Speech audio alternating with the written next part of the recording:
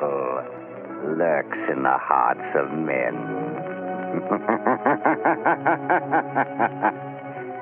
The shadow knows. Blue Coal presents The Shadow, a man of mystery who strikes terror in the very souls of sharpsters, lawbreakers, and criminals.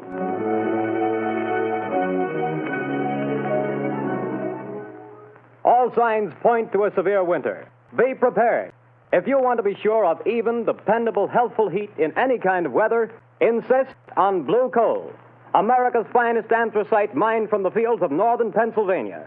The coal that is colored a harmless blue at the mines for your protection.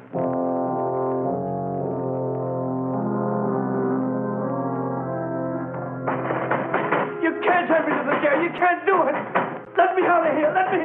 Paul Gordon, listen. Huh? I can't see anybody. Who's that?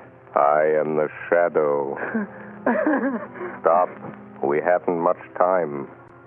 We must hurry, Gordon. You're in the death house, charged with murder. Yes, I'm innocent. I'm innocent. But nobody knows it. Take courage, Gordon. The Shadow knows.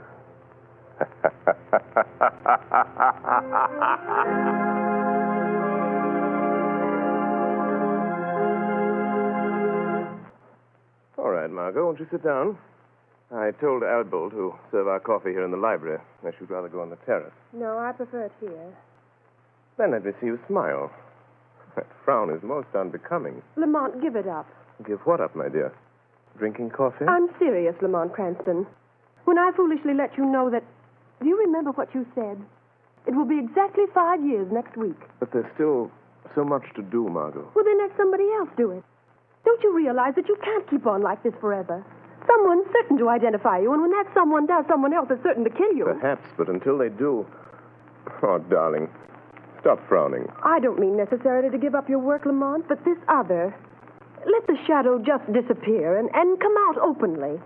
Join the organized forces of law and police. Won't you realize, Margot, that my entire usefulness to the organized forces of law and police lies in my remaining outside those forces, in remaining always the shadow? Would they approve my methods? Would they believe in my science? You would make them believe. You could make them approve. And in doing so, reveal my secrets, my knowledge. Reveal them and eventually let them fall into the hands of organized crime. No, Margot. No one must ever know. No one but you. Why do you think I've devoted countless hours to investigating electrical and chemical phenomena? Why do you think I went to India, to Egypt, to China?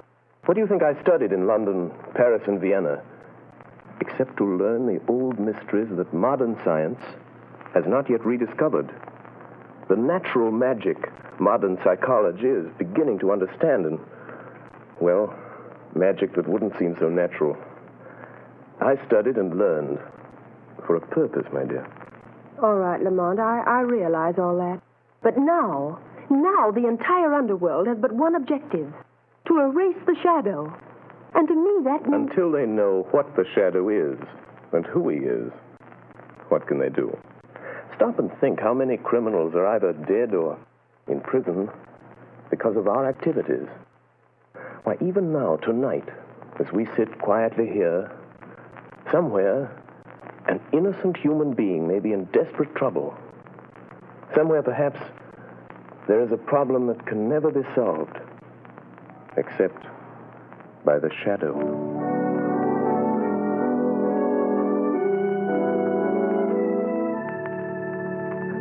What did the doctor say, Grace?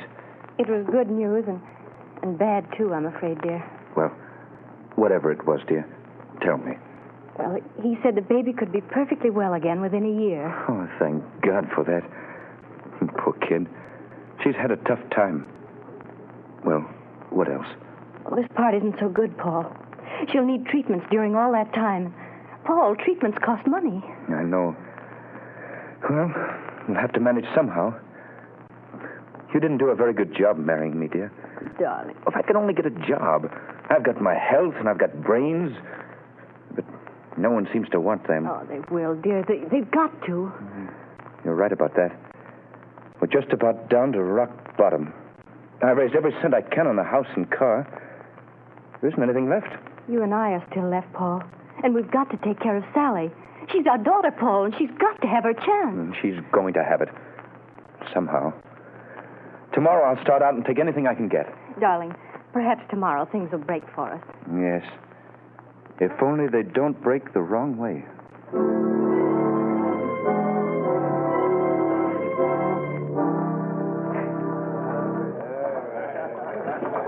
No more beds. Okay. Over here. Take these two How over, about some Bill. service? Excuse me, but are you the boss here? That's right. I'm looking for a job. Nothing doing, buddy. I'll do anything. Wait on table, wash dishes, anything at all. I don't need any more help. Well, how about delivering things? I've got a car. Nope, I don't deliver nothing. Sorry, don't need you. I see. All right. Thanks. Hey, you. What? You calling to me? Yeah, sit down. Have a beer. No, thanks. I don't drink. Anyhow, sit down. Meet a friend of mine. Name's Lefty. My name's Red. Look at my hair and you'll know why. Well, I'm glad to meet you both. Gordon's my name. Paul Gordon. Well, do you want to talk to me about something? We might be able to help you out. Sounds like you're looking for a job. You bet I am. I need one. You know anybody that could use me? Maybe. We don't know you yet. So far as that goes, I don't know you either. See, Red, the guy's smart. Yeah, maybe too smart. Now, look here, Mr. Gordon. We need a car, and we need somebody to drive it for us. You understand? Well, I've got a car and I can drive. Is it a good car? Has it got speed? I'll guarantee you up to 80. That's not bad. It's not bad. Now, listen, kid. How about meeting us tomorrow morning at 9 o'clock? All right. Where? Well, let's see. We're going to, I got it. Right in front of the Uptown Bank. We got to go there first to cash a check. Well, how about $5 a day? That's so. But you remember, be there at 9 o'clock, or you don't get no job. Don't worry, I'll be there. I'll be there at 8 o'clock.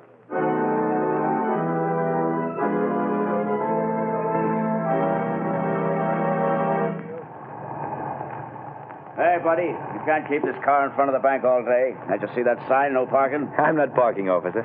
I'm waiting for a couple of men. I'm working for them. Oh. Hey, what's that? It sounds like shots in the bank. Hey there! Stop there, you! You got him, Lefty. Here he is with the car. Come on, you start that bus for us. Step on it, fella. Hey, but you can't do that. Get going, I will shoot. Let him have it, Red. Hold him off. I'll hold him. Wish I'd never have shot that cop. Can't you get no more speed out of this car, fella? She's doing all she can. Shoot at their tires, Red. Missed him. Trying a windshield. Say, let me out of this. Take the car. They'll think I'm in with you. That's just what we're figuring on. Now, here comes a curve. After you make that stop, get ready, Red. I'm ready. I'm just leaving the evidence. Put it under the seat cushion. Right. Okay, goodbye, Gordon. Thanks for the... Hey, wait, you guys. Don't leave me like this. They'll think I did it. Hey, come on back, will you? Come back.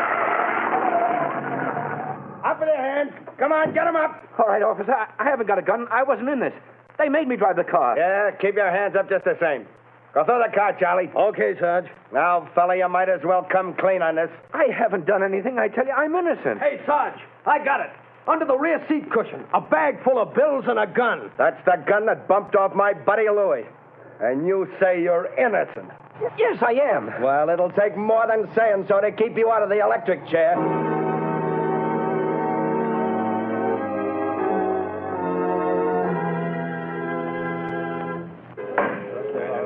Order in the court. Order in the court. Paul Gordon, the jury have found you guilty of robbery under arms and of statutory murder. You have been shown to have had both motive and opportunity. The prosecution has piled up a mass of incontrovertible evidence, and I myself have no doubt of your guilt. Therefore, in accordance with the law, I direct that you be taken from here to the place from whence you came, and that there you be put to death in the manner stated by the law. And may God have mercy on your soul. Hey, who was that? Where did that laugh come from? Who laughed? Bring that person before the court. Well, I don't know where he is, Your Honor. The laugh came from over there. In that corner. Yes. Yes, Your Honor, but there's no one in that corner. Only a shadow.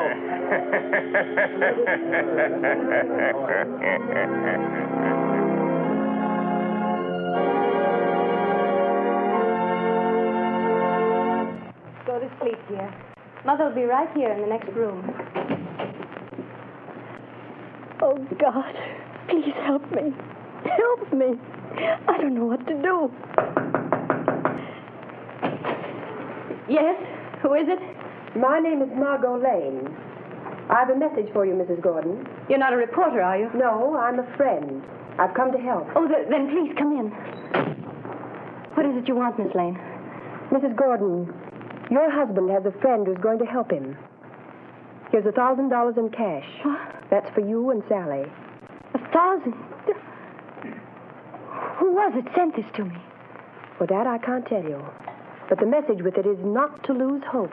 Oh, there is hope for Paul, then. The man who sent this to you never fails. Who is he? Well, that I can't tell you. But, Miss Lane, you know him. Sometimes I wonder whether I do. I love him. But I wonder whether I know him. What do you mean? It's hard to tell whether I really know the man or only his shadow.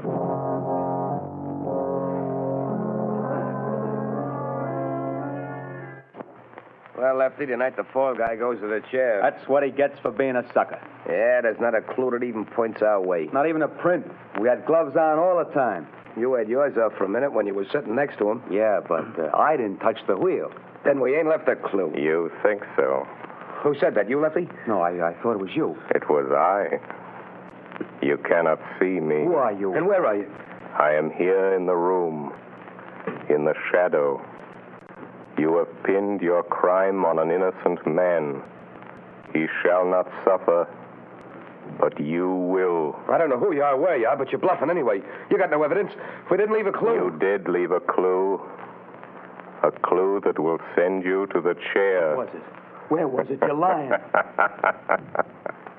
Wouldn't you like to believe that? Keep thinking about it. Keep thinking about the clue that you forgot.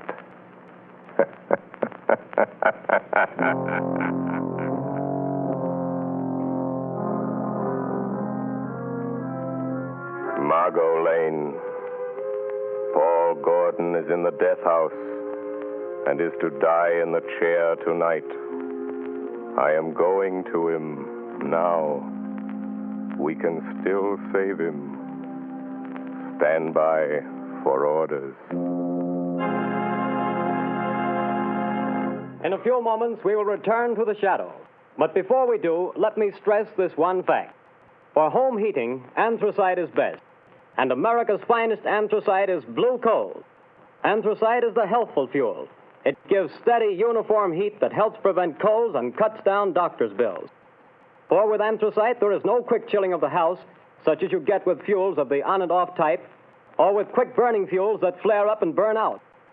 Bear in mind that heating plants in this part of the country were especially designed to burn anthracite.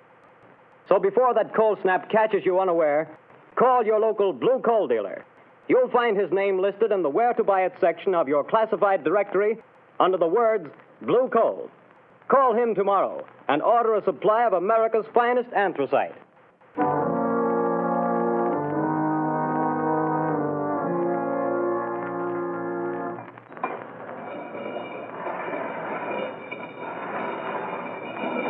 Gordon, have you got any word from the governor? I'm sorry, Gordon. The governor refuses to take any action. Then I've got to go. Tonight? At 11 o'clock.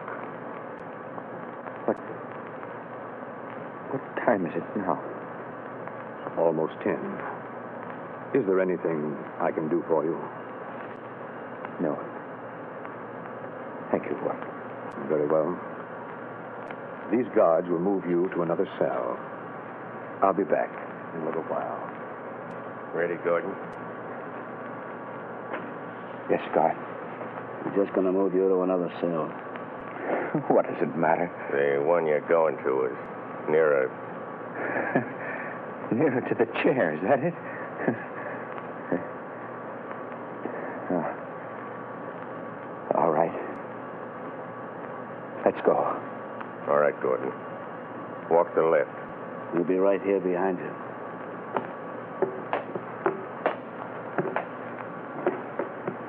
Unlock the door into this preparation chamber, Pete. Okay, just a second. All right. Go on through, Gordon. Watch him, Pete. I'll shut the door. What's the use of all this trouble? What chance have I got now? I'm afraid you haven't got much, fella. I wouldn't say that. What do you mean? Holy smokes. Look behind you. Where? There. Oh. Too bad. I hated to do that, but there wasn't any other way, and he'll only be out for a while. Now, Gordon, listen to me. Hey, where are you? I can't see you anymore. Where have you gone? Back into the shadow. Now, Gordon, we haven't much time. Listen to me. No crime is perfect. There's always somewhere a loose end. The only reason that all crimes aren't solved is because there's some one fact that someone knows and doesn't tell. And sometimes they don't tell because they don't know that they know. I told everything I know in court. They wouldn't believe me then. Because you couldn't prove what you said. We are going after the proof now. You and I. How? I'm going to think with your mind. I don't know what you mean. Don't try to understand. Just do as I tell you. I want you to concentrate, Gordon. Fix your mind on everything that happened that day. Make mental pictures. I'll see what you see. I'll try. No, Gordon. Stop thinking about your wife and baby. How did you know I was thinking about that? I saw it in your mind. I see in my mind the pictures you create in yours. Oh, like television? Yes, or like mental telepathy or mind reading, hypnotism, whatever you choose. There's no time to talk. Stop talking. Think. I will. I'm thinking now.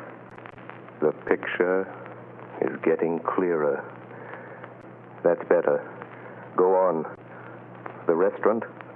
The bar? Gordon, stop thinking about the electric chair. It blurs the picture. I'll try.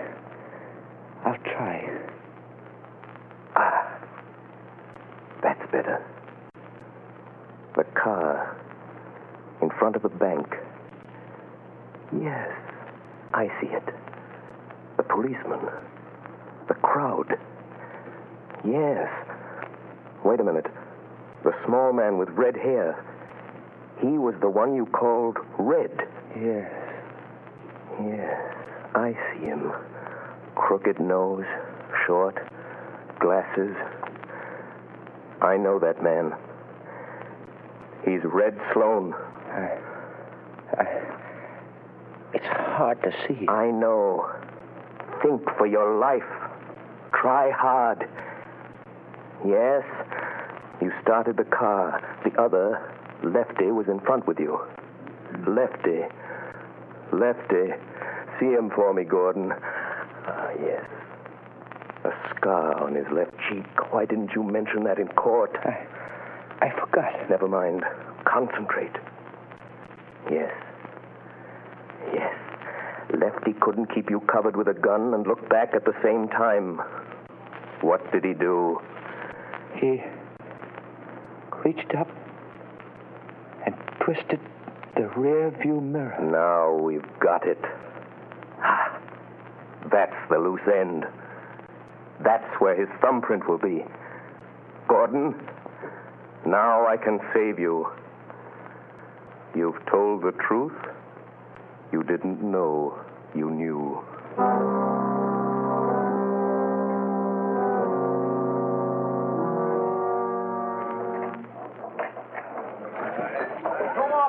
Draw two. another one over here. Red, you're a fool for coming in here again. This is the place we picked up that kid that's burning tonight. What'd you want to come in here for? This is as good a place as any, ain't it? Hey, telephone for you, Lefty. Telephone. Yeah, maybe you never heard of it, but it's a great invention. But nobody knows I'm here. Well, somebody knows because they're waiting on the phone for you. It's over there on the wall. Okay. Don't be too long, Lefty. Hello? Say, what are you laughing at? Who is this? Lefty, did you ever hear of the shadow? Yeah. Say, what is this? Too bad about young Gordon, isn't it, Lefty? What do you know about that? The shadow knows. Who are you? What do you want? I want justice. Justice for Paul Gordon, Lefty. And I'm going to get it. But you ain't got no evidence. No. Perhaps there are some fingerprints, Lefty. Oh, no. We had gloves on. There couldn't be no fingerprints. Did you have gloves on all the time? Yeah, sure. I did. You're left-handed. Now listen carefully, Lefty. When you were sitting in the front seat of Gordon's car, your gun was in your left hand. Remember? Say, you ain't nobody, are you? It's just... Say... How do you know? What did you do with your right hand? My right hand? You took off your right glove, didn't you? Oh, no, I didn't. No, gosh, I'm going nuts. And you couldn't see the car that was chasing you because the angle of the rear view mirror was adjusted for the driver and you weren't driving, so... Do you remember what you did? No, I didn't take it off. Are you sure you didn't reach up with your bare right hand and turn that rear view mirror? Are you sure, Lefty? No, I didn't. Maybe I did that. If the police find that fingerprint, you'll burn, Lefty. Just the way young Gordon's going to burn tonight. Goodbye, Lefty. Hey, wait a minute. He hung up. No, I won't burn. Hey, Red! It's certainly gabbed long enough. Say, who was the guy Never mind that. Where's that car of Gordon's now? In his garage, I guess. I heard his wife... Listen. What? I got a hunch. There's some fingerprints of mine in that car. Red, we gotta wipe them off of there, or maybe we'll burn in that chair, too. Come on, let's go. But, Commissioner... I'm sorry, Miss Lane, but I don't see what we can do. But I tell you, Paul Gordon is innocent. The men who committed the crime are free. Where did you get this information? Oh, that I can't tell you. Miss Lane, Paul Gordon was convicted of murder by due processes of law. Tonight he pays for his crime in the electric chair. If the police listen to every crank who came in here claiming new But evidence... they can't send an innocent man to the chair. They can't do it. No, but they can send a guilty man. And according to the evidence, Paul Gordon is guilty. Commissioner, suppose that afterwards, when it's too late, they discover that Paul Gordon wasn't guilty after all. And suppose I testify that the police refused to listen. Well, what do you want me to do? If it's within reason, I'll do that. I want you to send some men to that garage. I want you to catch the guilty men and see that justice is done.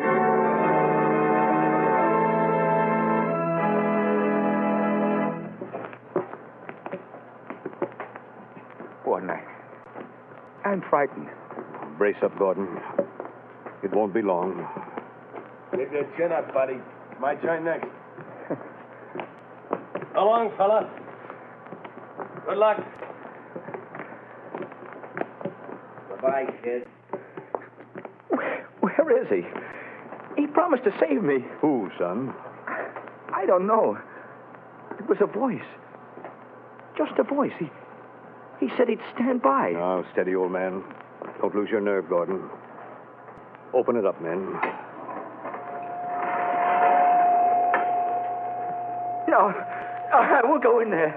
I didn't do it. I didn't kill him. I didn't, I tell you. He said he'd stand by. Warden, wait. Only a few minutes more. Just a few minutes. Don't take me in there yet. No, wait, please. He said, please wait. Easy, Gordon. I'm sorry. But if I go in that door, I'm gone. It'll be too late then. Take him in, men. No, wait. Oh, where are you?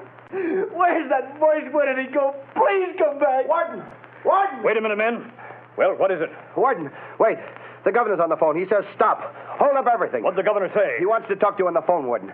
He says don't electrocute this man. They've got the other two guys in Gordon's garage trying to rub out some fingerprints. One of them was shot and died. But before he died, he spilled it all. This fellow didn't do it. It was a frame-up. Oh, thank God he got me in time. Gordon! Gordon! Did you hear that? Yes. Yes, I heard it. That voice said he would. I'm free. You're not going to electrocute me, Warden. You're not. No. No, Gordon. The governor saved you. Governor? No. It wasn't the governor. It was somebody else. Or something else. But what do you mean, Gordon? Who saved you? I don't know. It was a voice. Just a voice. I never really saw him. He was only a shadow.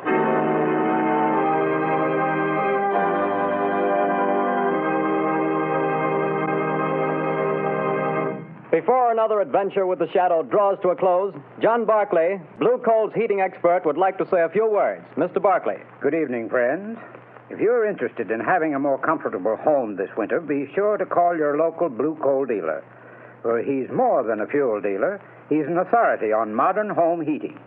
You see, for more than 6 years, I've trained servicemen for these Blue Coal dealers. These men, known as John Barclay servicemen, have added thousands of families like yours to enjoy a greater degree of comfort and to save heating dollars, too. I'm going to read part of a letter typical of many received from satisfied customers using Blue Coal and John Barclay service. I quote in part. The service rendered by your John Barclay servicemen has been invaluable to me. We were burning a ton of coal a week and having great difficulty in keeping our fire going throughout the night. Your serviceman made me many helpful suggestions regarding the proper way to regulate the furnace and recommended the use of Blue Coal. We not only reduced the amount of fuel consumed to 1/2, but actually got more heat. Think of that, friends. In this case, a family cut their fuel bill in half simply by following the advice of a John Barclay serviceman, whose services were given without charge. Now, you don't have to buy Blue Coal to benefit from John Barclay service. No matter what kind of fuel you're using or from whom you've been buying, if you have any heating problems, consult the Blue Coal dealer. He'll be very glad to place his John Barclay serviceman at your disposal to solve your problems. I thank you.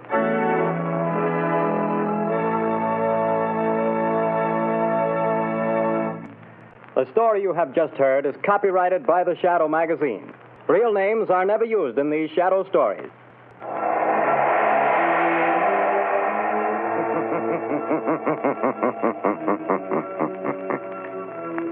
The weed of crime bears bitter fruit. Crime does not pay. The Shadow knows.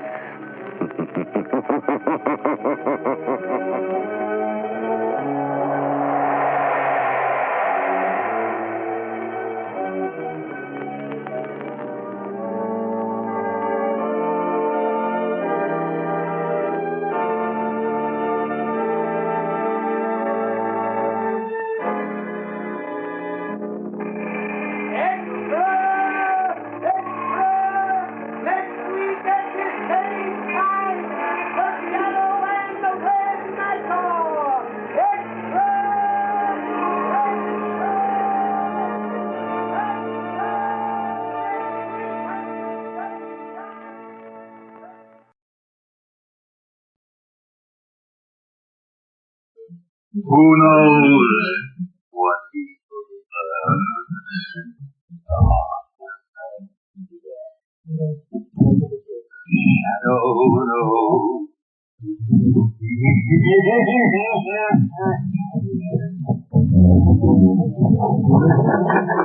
Blue Coal presents The Shadow, the man of mystery who strikes terror into the hearts of doctors, lawbreakers, and criminals.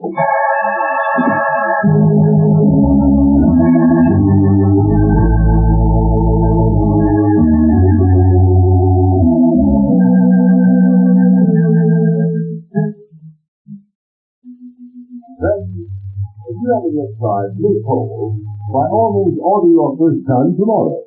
You'll like this excellent Pennsylvania hard coal. It's America's finest anthracite and can be depended upon to keep your home comfortable and healthfully warm all winter long.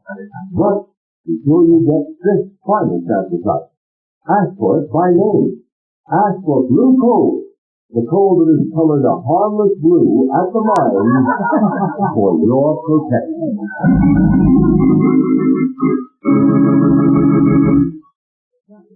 Is in reality Lamont Cranston, wealthy young man about town.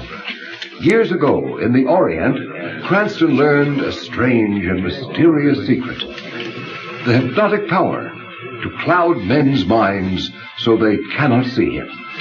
Cranston's friend and companion, the lovely Margot Lane, is the only person who knows to whom the voice of the invisible shadow belongs. Tonight's episode, Murder by the Dead.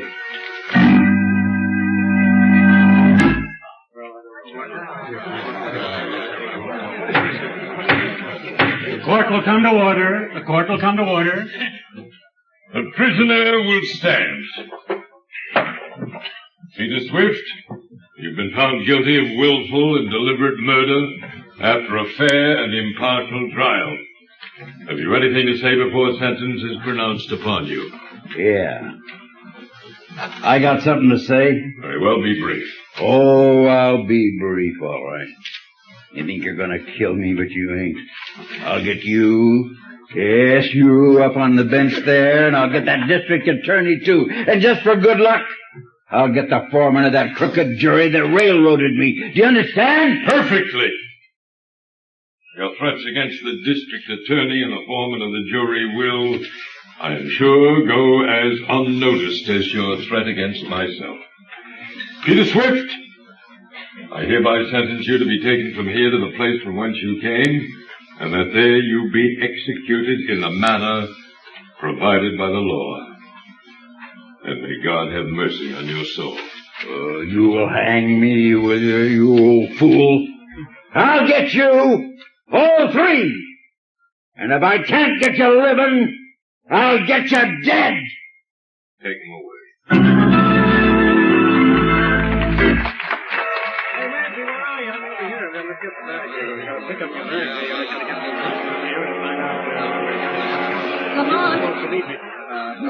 Cranston, it's good to have you back in America again. Oh, Margot, I cabled you that I was coming at once, just as soon as I got that frantic message from you. What's it all about?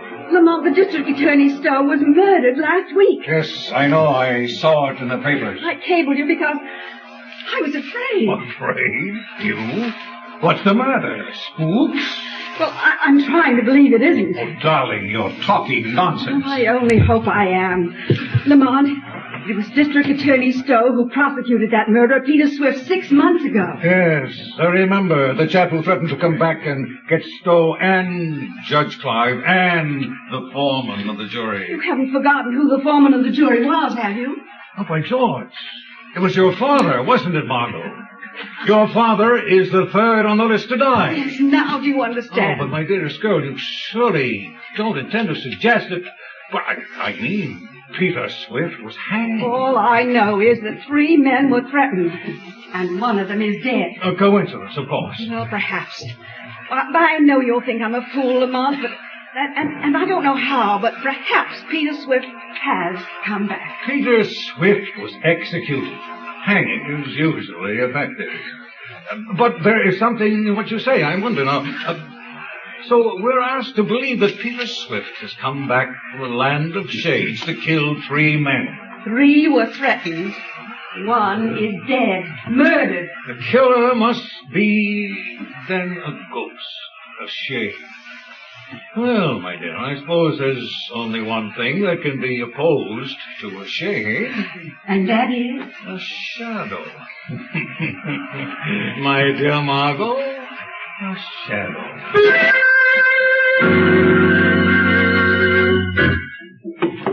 Will there be anything else, Judge Clive? No, that's all, Taylor. You might as well go to bed. I've got some work to do here in the library.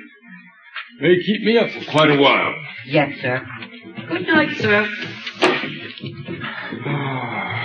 Poor Stowe. I wish I could forget him.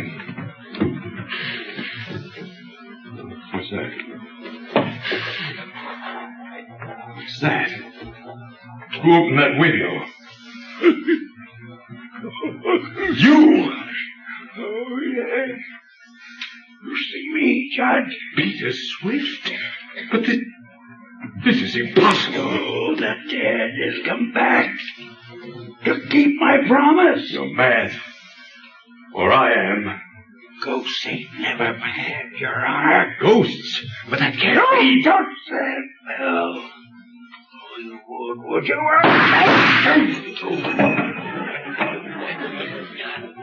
That's two of them. One more to go.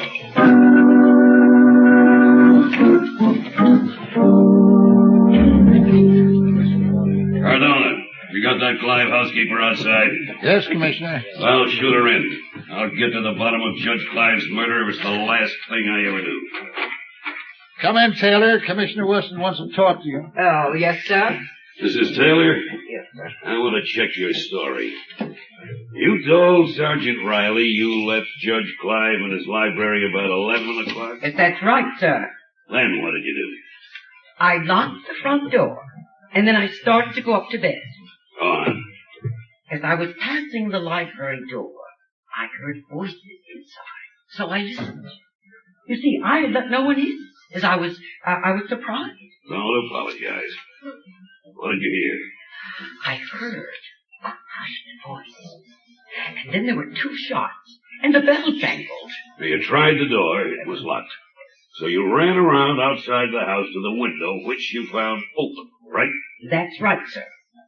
What kind of a voice was it you heard? Well, it was a kind of a hoarse, whispering voice. I couldn't make out what it said. I see. All right, Mrs. Taylor, that'll be all for the present. Yes, sir. Commissioner Weston. Yeah. You think the shadow murdered Judge Clive? I don't know.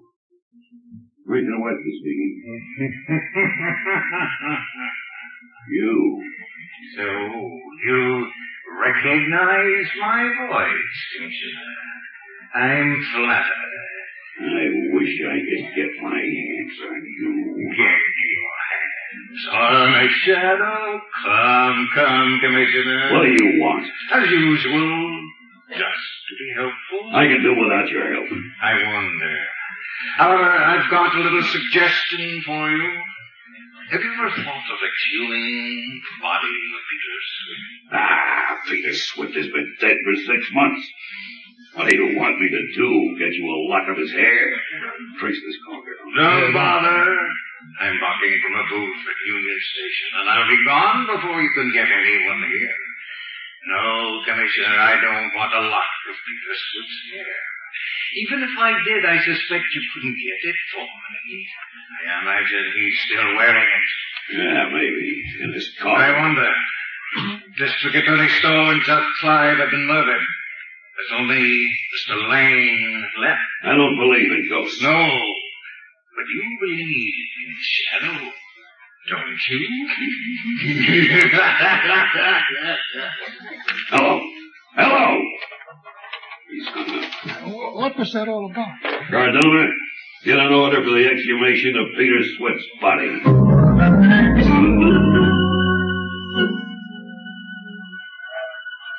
Margot Lane, stand by for orders. The police are on the right track, but they may be too late. Go to the Warden State Prison. Pose as a newspaper reporter. Find out what disposition was made of Peter Swift's body following his execution. Hurry. Every second counts.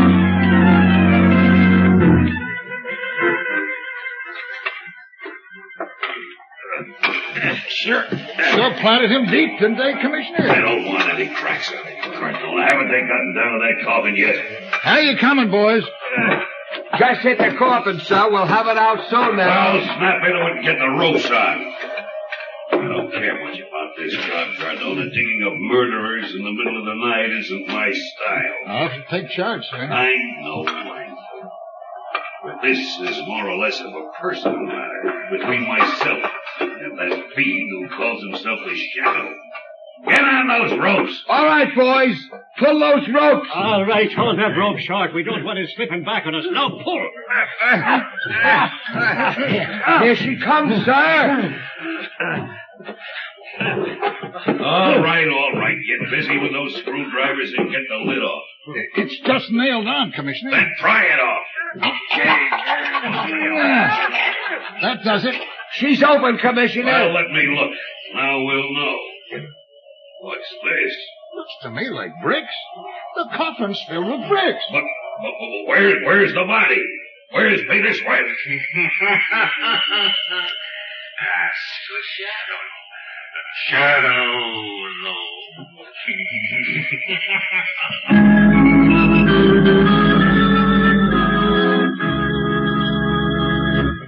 While we're waiting for the shadow, I want to pass on a bit of advice of particular interest to all homeowners. If you're anxious to cut down your doctor's bills this winter, to keep your family free from a lot of sniffles and colds, then by all means burn anthracite or hard coal, because anthracite is the healthful fuel. It gives steady, even, healthful heat, in contrast to the flashy kind of heat you get from the on and off types of quick-burning fuels. And friend, don't forget this point. Furnaces, cook stoves, and space heaters in this section of the country were especially designed to burn anthracite. And to get America's finest anthracite, ask for blue coal. Blue coal burns long and evenly, with the furnace dampers practically closed. There's no waste up the chimney. It gives economical as well as healthful heat. Blue coal is mined by the Glen Alden Coal Company, the world's largest producers of Pennsylvania anthracite. It is laboratory tested at the mines for purity and for uniformity of size. If you have never tried blue coal, place a trial order tomorrow. You'll find the name of your nearest blue coal dealer listed in the Where to Buy It section of your classified telephone directory under the name Blue Coal.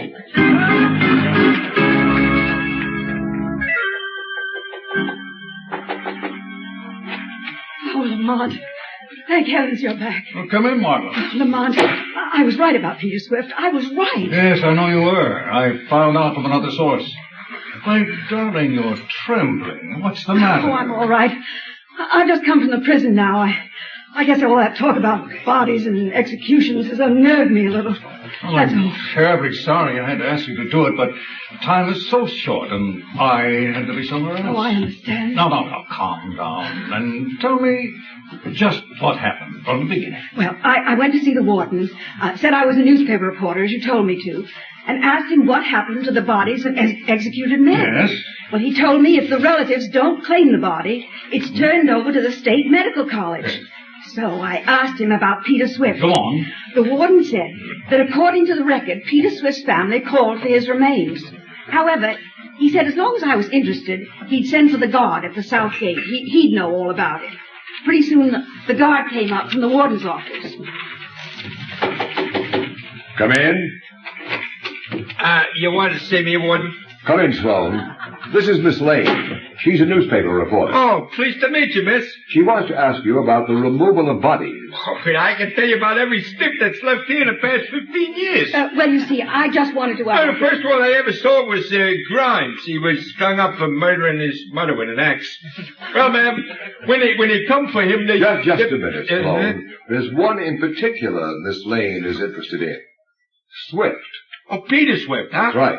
Remember him? Oh, certainly. His family was supposed to come for him, but they didn't come after all. No? No. A croaker named Cragg came for the body in an old truck. A croaker? He means a doctor, Miss Lane. Oh. That's the rather unflattering prison term for a medico. Oh. Yeah. I reckon this croaker Cragg had bought the body.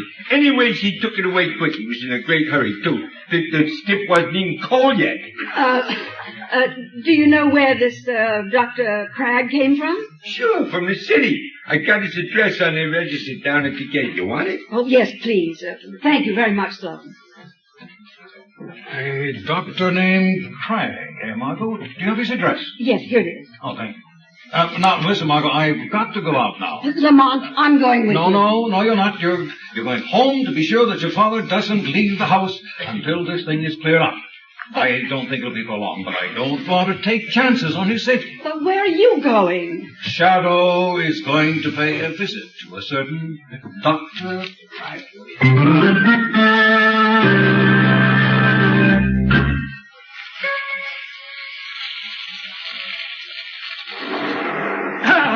The solvent! At last! I've got it! Dr. Cragg? Huh? Who was that? Who spoke? Does it matter? I'm right here, at your elbow. You lie. I'm the only person in the room. Oh, no, you're not, Doctor. But I wouldn't turn around to find out if I were you. Where are you? Where's that voice coming from? I can swear there's no one else here. Then you must be having hallucinations, mustn't you, Doctor? I'm sane. Sane. I'm sure you are, but you can't see me, that's all. What do you want? Just a favor at a price. A good price. How much? $20,000. Yes, a good price. Well, I've got a friend booked to hang on the 23rd of this month. What's that got to do with me? Here, my guess. 20 grand. Who's your friend? His name is Louis. Three-fingered Louis. Well, what am I supposed to do about it? Perhaps you could keep him alive. So, why come to me? Drop that gun, Doctor. I've got you covered. You did it! You can't shoot the shadow. Shadow? You don't mean it? Yes, I mean the shadow, Doctor. The shadow just wants a little information. You won't get it. Little information as to how you resuscitated Peter Swift. Brought him back from the dead, if you prefer the term. I won't tell you. And restored his broken neck. Ah, I did it! I did it! I've proved I can do it! But it's my secret. I don't care if you are a shadow or the shadow. You can't have my secret. No one can have it. It's mine. You have to trade your secret for mine. My secret of blinding eyes to the obvious. I can teach it to you in a few minutes. The shadow's secret of invisibility. Well, I'm not interested in your secret, some psychological touch. What's the power of making oneself invisible compared to the secret of making the dead live? Perhaps you're right. Perhaps there is no comparison. But where'd you learn that secret, Cragg? Tibet or in the African jungle? I won't tell you. I won't tell you. It's mine. How long will it be yours? For as long as I want it to be. Forever and for all eternity. Because only I know the secret, and I shall never reveal it. No? No! They called me a madman. They threatened to put me in an institution. You're mad, Cragg. No. I am a genius. Well, you benefited by an exceedingly rare coincidence. No. A coincidence that might happen one time in a billion, one time in a trillion. It was no coincidence, I tell you. It was my genius. And I shall hold my secret. I shall continue to make the dead live. You're making Peter Swift live has caused two other men to die. To die at the hands of Peter Swift. And what interest is that to me? I am not interested in that. I'm interested in the fact that the third man may die tonight. A man named Ross Lane. What do I care about Ross Lane alive or dead? It is nothing to me. Will you bring Ross Lane back to life? Oh, I could. I can bring anyone back from the dead. I tell you, I have found the secret of life over death. I can prove it again and again. I can prove it on myself. I can die and bring myself back to life. You are mad, Cragg. Oh, am I Don't mad? move, Cragg. Yeah, I'm only putting my gun on the table. Very well, then. I'm not afraid of you, even though I can't see you. You see? Yes, Cragg. And I will prove to you what I just said. I am not mad. I am a genius. I have found the secret. What was that? Why did you put that fountain pen in your mouth? Oh, so that's it. Potassium cyanide in that pen, huh? And you think you'll bring yourself back to life, huh? Cragg, you were a fool. You were a madman. So now, as the shadow against the ghost. The ghost of Peter Swift. But never the ghost of Dr. Cragg.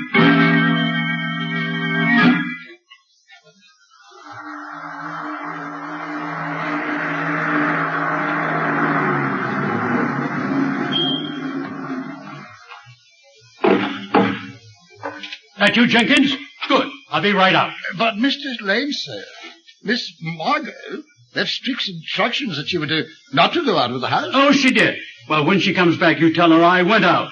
I'm not going to be ordered around by my own daughter as if I were a child of 3. Ridiculous. I can take care of myself. Open the car, Jenkins. But Mr. Lane, the danger my eye. I'm going straight to my own club. It's my own car with my own chauffeur. The club, Jenkins. Yes, sir.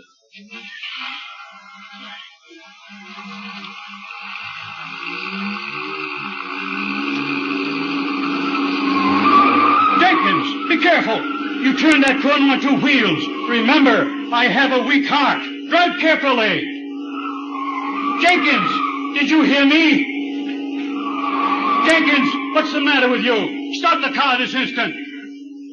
Jenkins, why, you're not Jenkins. Why, you're Peter Swift. I don't care who you are. Stop this car. Let me out. Let me out.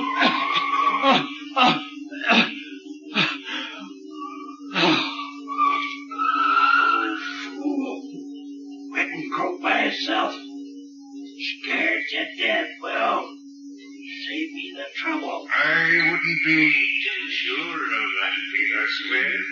What's that? Boss Lane is unharmed. He's only thinking he has a weak heart. Who's that?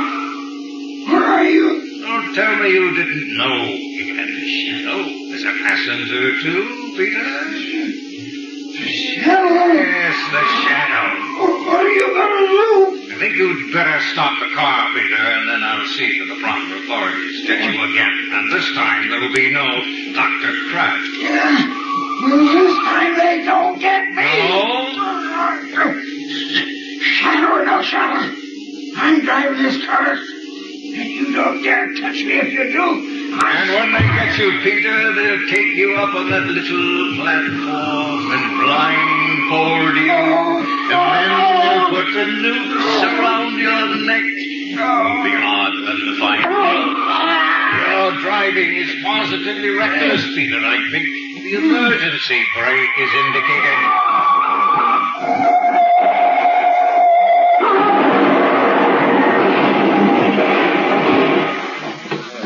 Did you see that crash? That drunken driver! That car's a total wreck. We have got 3 head-ons. There's 2 men in there. Please let me in. I'm a doctor. How about it, Doc? The old man in the back is all right. He's just fainted. Shock probably. And the other? Well, I'm afraid the shock he is not for broken neck. No, this is funny. What's that, Doc? The sofa has a metal brace on his neck now. He must have broken it once before.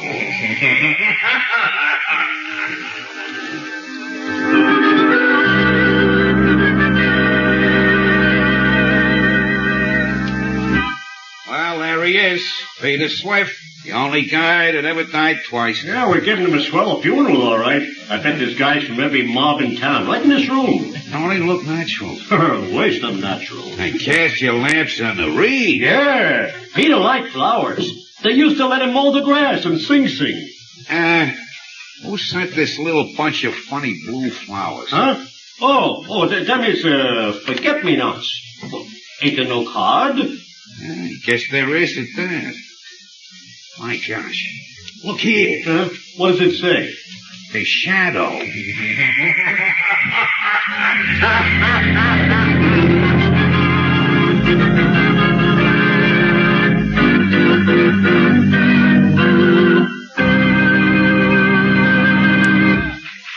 Ladies and gentlemen, before today's thrilling episode in the life of the Shadow comes to a close, we have an announcement that I'm sure will be of interest to everybody. Beginning today, Mr. John Barclay, our blue coal heating expert, will give a series of practical talks on the subject of automatic heating. Ladies and gentlemen, Mr. Barclay. Good evening, friends. Today, more than ever before, we realize the need for absolutely uniform heat. in order to enjoy really healthful living conditions.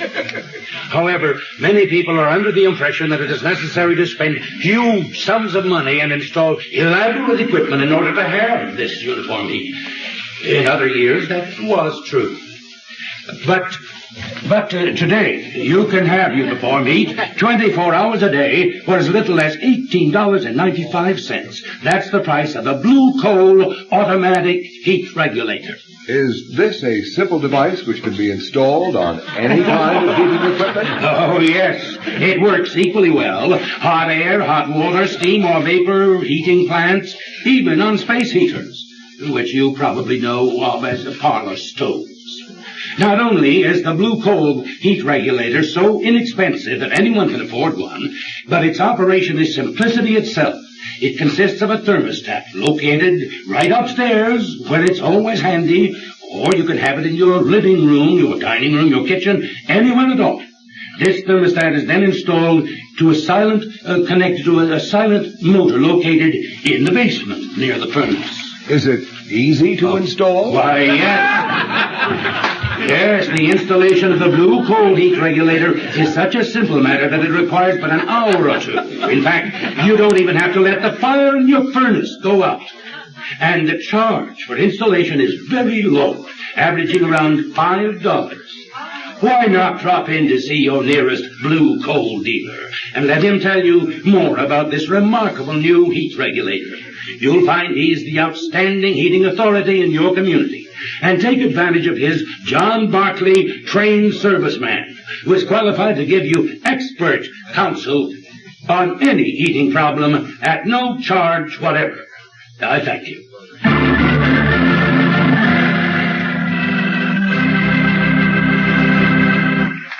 The story you have just heard is copyrighted by the Shadow magazine. Any similarity to persons living or dead is purely coincidental. Weed of crime bears bitter fruit. Crime does not pay. The shadow knows.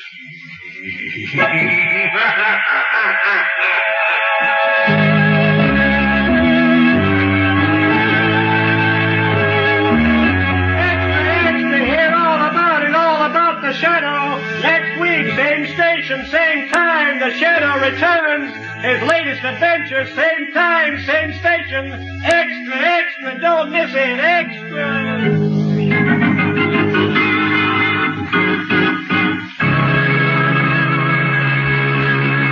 Our cast tonight has included Dwight Weist, Margot Stevenson, Parley Bear, Jackson Beck, Arnold Moss, Sidney Sloan, Trudy Warner, Arthur Anderson, Dick Osgood, John Nanovic, organist Rosa Rio, and Terry and Ken Ross on sound effects. Is there another name I should mention? And of course, Carl Weber as John Barclay. This is your announcer, Ken Roberts, who joins with the cast in extending our appreciation to the creator of the shadow, Mr. Walter Gibson.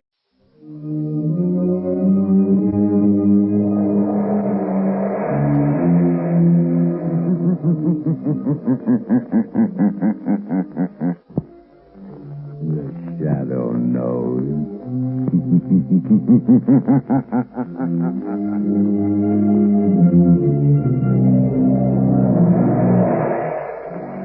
Blue Coal presents The Shadow, the man of mystery who strikes terror in the very hearts of sharpsters, lawbreakers, and criminals. Today, the Temple Bells of Lebanon.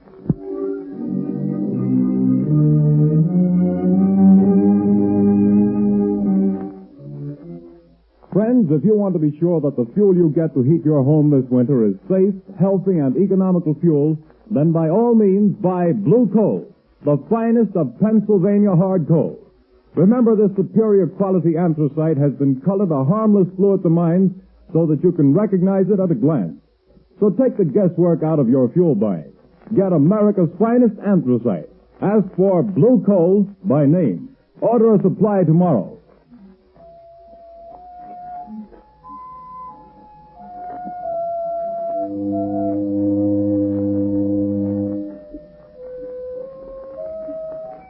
The bells, Shadow.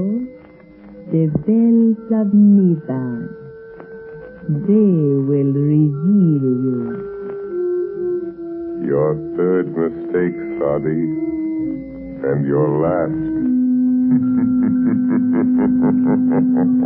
No, it is your mistake and your last. This is the end of your career as the Shadow.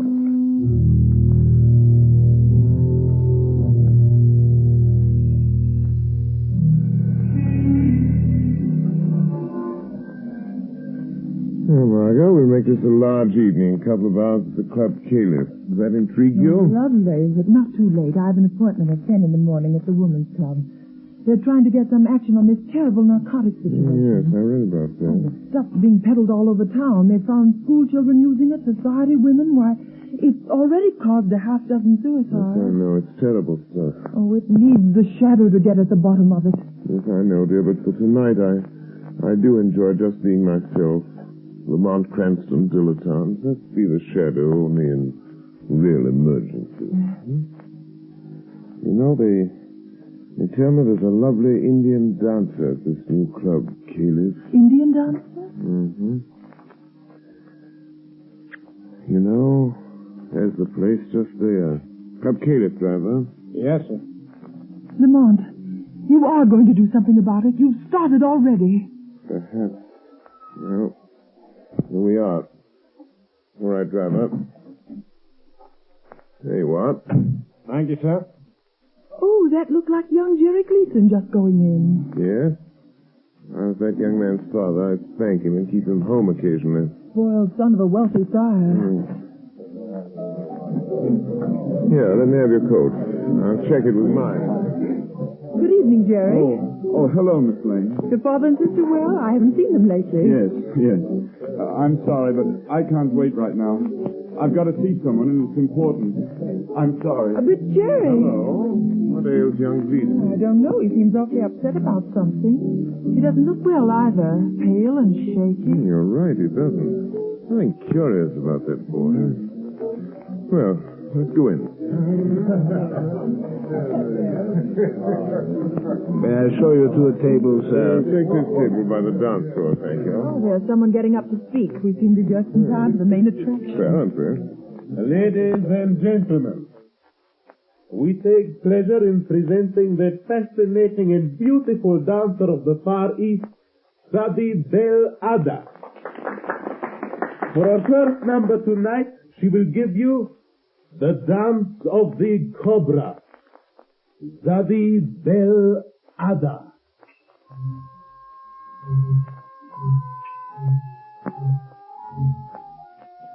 Look, isn't she lovely? Yes. Real thing, too. Real Hindu. It's odd, you know? Goodness. Look, she's taking a snake out of that wicker basket. A live cobra. Oh, heavens. You know, the cobra's connected with the old Indian mysticism, the most ancient of magic. See how she quiets the snake, makes it sway to the motion of her hand. It's a form of mesmerism. We've never improved on that with all our modern psychology. I hope its fangs have been removed. Well, they undoubtedly have. So, this is the one they call Sadi Bel Ada. Jerry Gleason with that strange look in his eyes. An epidemic of narcotic smuggling. Sadi Bel Ada. Oh, how graceful she is. She keeps looking over here, Lamont. Yes. It's coming this way. Well. Souvenir for the beautiful lady, sir. Oh, a bracelet. Thank you. Bismillahirrahmanirrahim, fair lady. You know the tongue of Mother India, sir. Only enough to make a small prayer. Only enough for that. Sadi Bel Ada. It is good sometimes to know a small prayer. Just in case of an emergency? Yes. You are very wise, sir. In case you should meet someone who could destroy you, sir. I see. C'est là. Just what did she mean by that? I don't know exactly. Funny something. She seems to know something about me. I'm trying to recall where I've seen that face.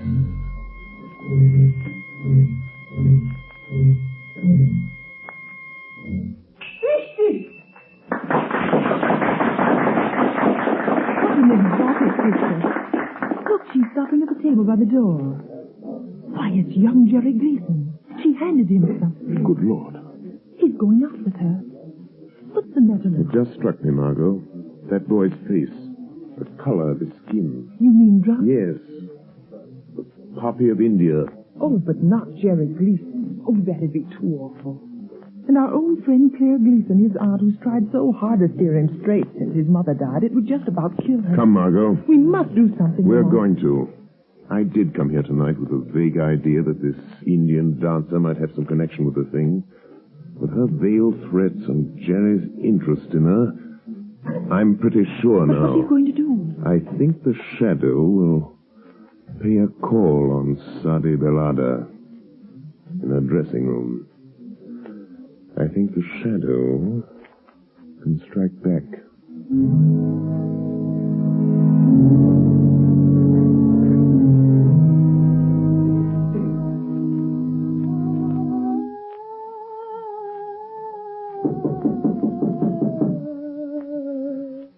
Come in.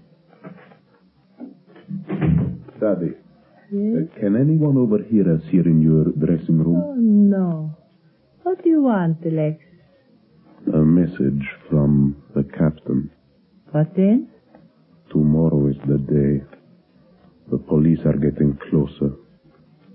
We sail tomorrow night at 8.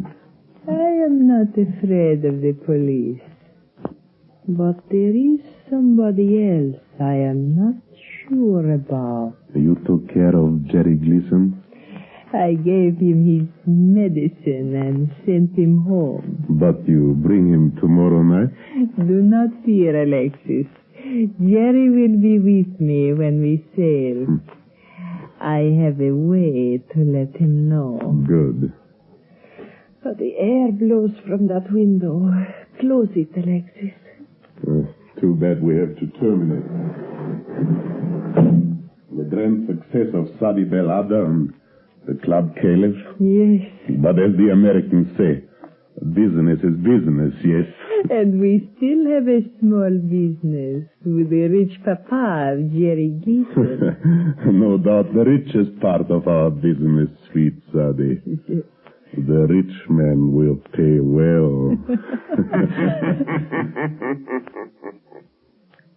Who laughs? Where are you? Speak. I am here, in the shadow. But I'm afraid you can't see me. Speak. And say who you are. Have you never heard of the shadow? Oh, the shadow? So it is you. Have I not somewhere in the past seen your face and known your name? I think so. Did you enjoy yourself tonight? I warn you, Sadi Belada. Leave the Gleason boy alone. The boy to whom you give the evil drug. I have no fear of you, Shadow's side. I hold a greater power. I hold the power of the temple bells of Niban. You command the temple bells of Naban, do you? Yes. Either you lie, or you desecrate a great gift. Put your strength against mine, White Effendi, and you will see how I desecrate that gift. I can cast your little spells aside and make them nothing. I can kill you. Kill me? The shadow, Sadi? Yes. If you dare to come to me again. Will you come? Who could refuse such an invitation? Especially when made by so charming a lady as yourself. Yes, I will come. And be sure you don't mistake my voice when I do come. Sadi Belada.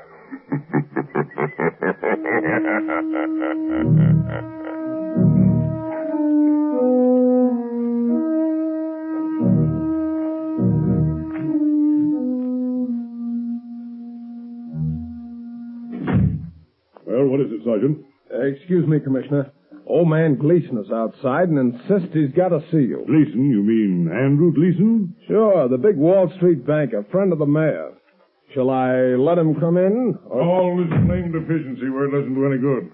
I want to see you, Commissioner. All right, Mr. Gleason. What the devil is this town coming to? Well, if you'll tell me what you're getting at... My boy is what I'm getting at.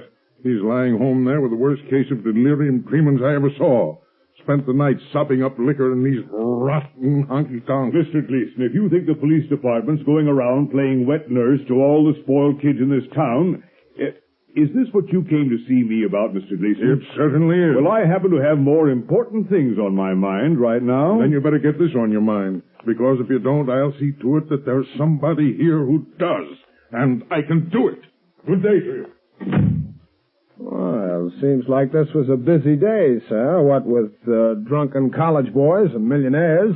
This is another of those, Commissioner Weston speaking.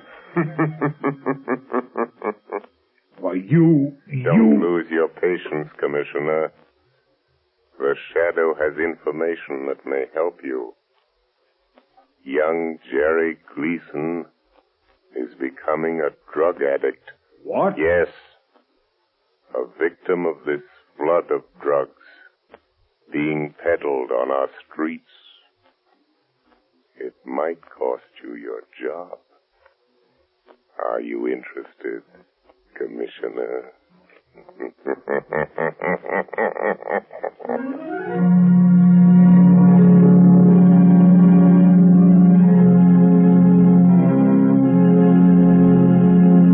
Ladies and gentlemen, while we're waiting for the Shadow to return, I want to relay a bit of information I'm sure homeowners here in the New England states will find particularly interesting. When buying your winter supply of fuel, bear this in mind. Anthracite coal is unequaled for home use. It is not a flashy fuel that burns furiously for a little while, then dies down completely. On the contrary, folks, anthracite burns slowly, steadily, evenly all day long, and so enables you to maintain an even, healthful room temperature. That's why anthracite is called the solid fuel for solid comfort. And friends, remember this. Furnaces, cook stoves, and space heaters in this section of the country were especially designed to burn anthracite. So, insist on anthracite, but get the best. Order blue coal. It's America's finest. Blue coal is mined by the Glen Alden Company, the world's largest producers of Pennsylvania anthracite. To guarantee you the greatest heating satisfaction at the lowest cost, blue coal is laboratory tested for purity and uniformity of size. So you see, friends, there's no need to take chances on unknown fuels. Order blue coal today. You will find the name of your nearest blue coal dealer listed in the Where to Buy It section of your classified telephone directory under the name Blue Coal.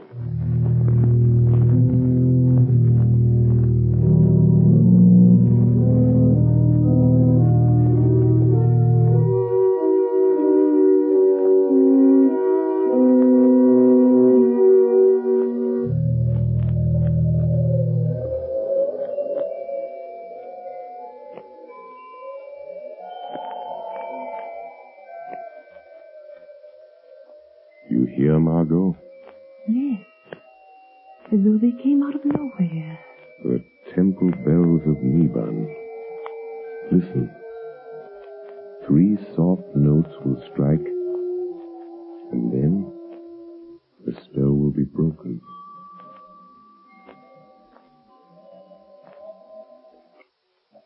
They're gone. But how, Lamont? Here we sit in your your apartment listening to weird temple bells? Where did they come from? How did you do it?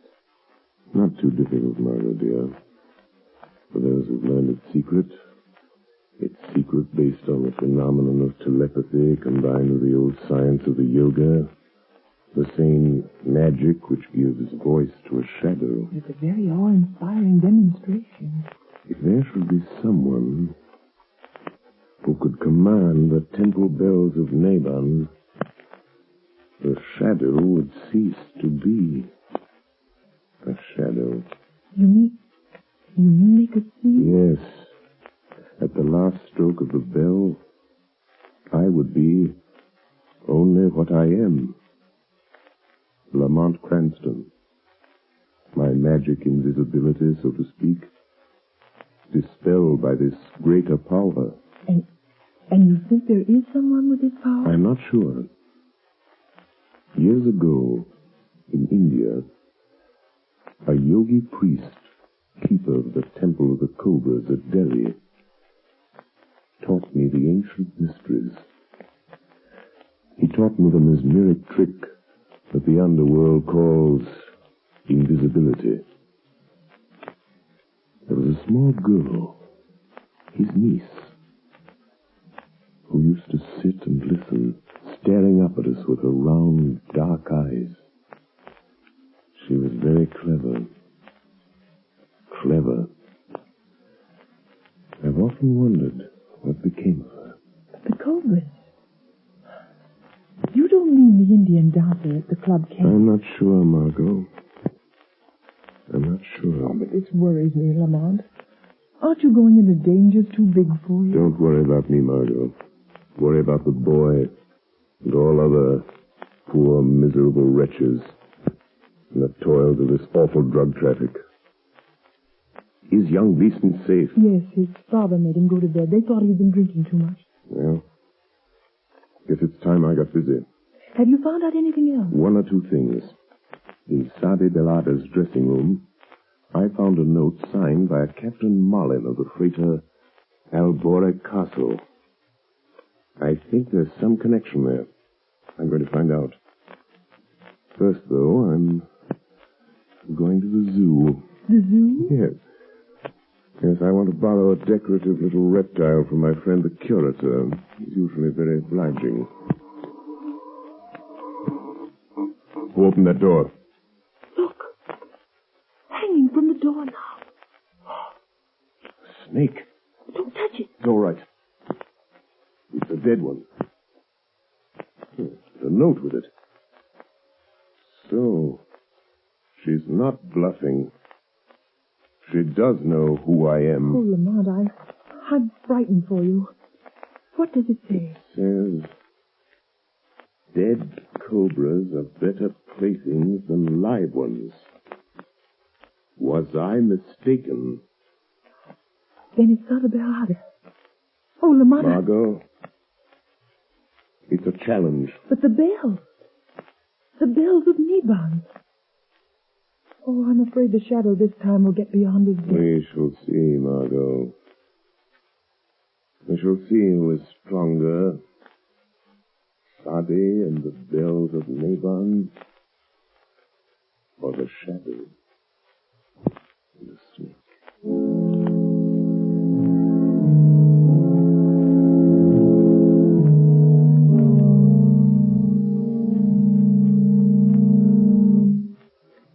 I'll show them. They think they can keep me a prisoner in my own house, putting me to bed as if I was some half-grown kid. What's that?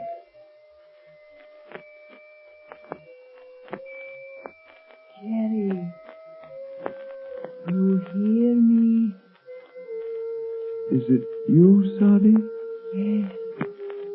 My voice in your thoughts. Listen, Jerry. Come to me at the dock where we met before. Your medicine is waiting. Yes. Go aboard the ship I told you about. The Albora Castle. You and I, Jerry. Yes. I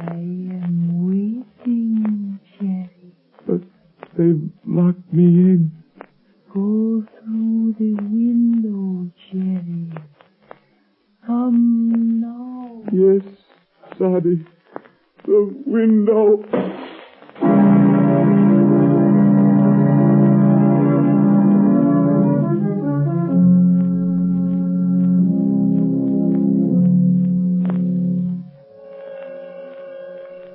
Margot Lane. Stand by for orders. Jerry Gleason has escaped from his house, but I have followed him to the waterfront, and I know where he's going. Get word to Commissioner Weston. Time is short. I accept Sadi's challenge. Send harbor police to the freighter Albore Castle, which lies in the harbor just off Bay Ridge shore, ready to sail. Hurry, Margot.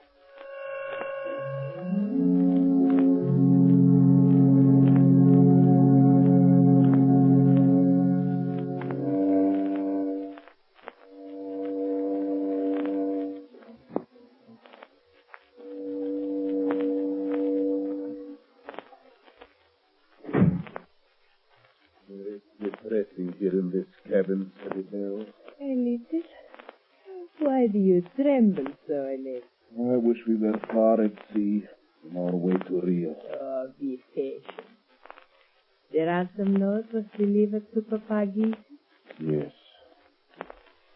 What was that? But there is nothing. Oh, it's you, Captain. We are leaving, Captain? Yes, we're getting underway now. We've got the boys stowed safely below decks. And the rest of the medicine? We got rid of that. What was left of it. A nice clean-up for all hands, not counting this Gleason job. That'll net us another 100,000, or nothing. Well, we're fixed whichever way the dice roll. And after that, we live like kings, without a care, yes? Not even a conscience to bother you. What? Sadie, he has come. I was afraid. Who said that? I did, Captain. Shadow. So you're the one with your trick ghost talk and magic, eh? I'll make a shadow out of you soon enough. Not that way, Captain. No? Here, lock that door, Alexis. It is locked, Captain Malin, but the porthole... No one can get through those, not even a shadow. Save your laugh, whoever you are. We've got you. You're in this cabin somewhere, and this ship is outward bound. Laugh that off. I think you may have made 3 mistakes, Captain. One too many. Yes? Yes, Captain. But I do not make mistakes, sir. That remains to be seen. Sadi Belada. Then you will see. Hand me the wicker basket, Alex. Hey, what are you going to do? Yes, Daddy. I call the temple bells of Niban, Captain. The shadow has the power to blind your eyes. A trick he learned in India from a yogi who was my uncle. But I have a better trick. When the last bell sounds while the sacred cobra dances, you will see the shadow only as a man. Be ready to shoot, Captain. I'm ready. And now, my cobra, to dance with the bells of Niban. I wouldn't open that basket if I were you, Sadi Belada. You watch my pretty cobra, sir. He may find you even before the captain's bullet. You will die just as quickly. Dead cobras are better playthings than live ones. Bismillahirrahmanirrahim. Make your small prayer, sir.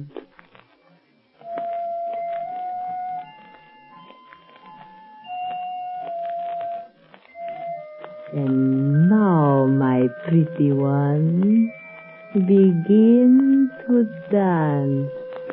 Be careful, Sunny Bell. The cobra moves towards you. My own pretty cobra. He knows me. You hear the bells, Shadow? The temple bells of Niban? I hear them. When the last bell strikes, we shall see our prisoner. And I am waiting for that minute. But, Sadi, the cobra. Look out, he's going to strike. Alexis, stop it! Quick, drop the mask over Alexis. Kill him!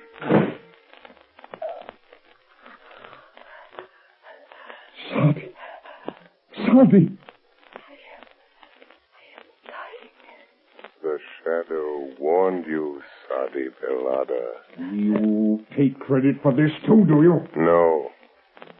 Sadi should have known it was not her cobra in the wicker basket. It was mine. He's dead. What's that? Who is it? Captain Mallon, the police, the border. No, please, Captain Mallon, you do not shoot. Stand back here! Drop that gun. I'll fix him. Oh! Put the bracelets on both of them, Sergeant. Right. Huh. Dope smugglers, kidnappers, and from the looks, murderers.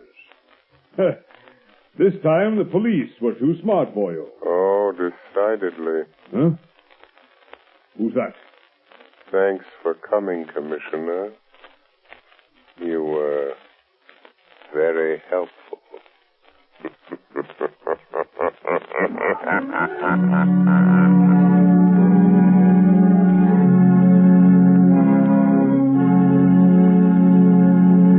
And now, before today's adventure with the Shadow comes to a close, John Barclay, Blue Coal's own heating expert, is here tonight to give us another of his practical talks on automatic heating. Ladies and gentlemen, Mr. Barclay. Good evening, friends. Last week we discussed the importance of uniformly heated homes in avoiding cold. I told you how home temperatures could be kept uniform and automatically controlled with a Blue Coal heat regulator. I explained that the cost was only $18.95 plus a small installation charge. Now for a word about the convenience of this Blue Coal heat regulator. With one of these automatic regulators in your home, it is no longer necessary for you to adjust dampers by hand. The regulator eliminates need for frequent attention to the furnace. What do you have to do, Mr. Barclay? You simply tend to your furnace once in the morning and once at night. Just think of that, friends. You can enjoy the comfort and convenience of an evenly heated home, and yet you can come and go all day long without a thought or worry about the fire. Is it any wonder I'm so enthusiastic about the Blue Coal heat regulator? And two, although it costs only $18.95, it does about everything that the elaborate and much more expensive equipment does that many of your friends have. So, folks, why not get to your Blue Coal dealer tomorrow and ask him more about this Blue Coal heat regulator? At the same time, if you have any heating problems, discuss them with your Blue Coal dealer, too. He is the best-informed heating expert in your community. With the assistance of his John Barclay trained serviceman, he will be able to save you money and help make your home more comfortable this winter than ever before. I thank you.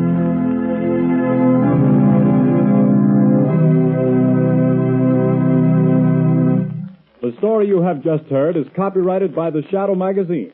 The characters in this story are entirely fictitious. Any similarity to persons living or dead is purely coincidental.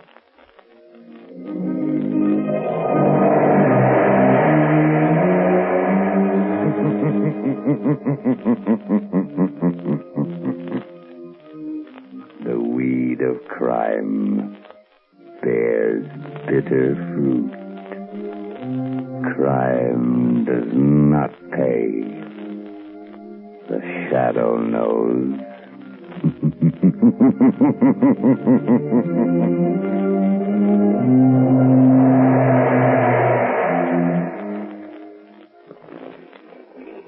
Extra!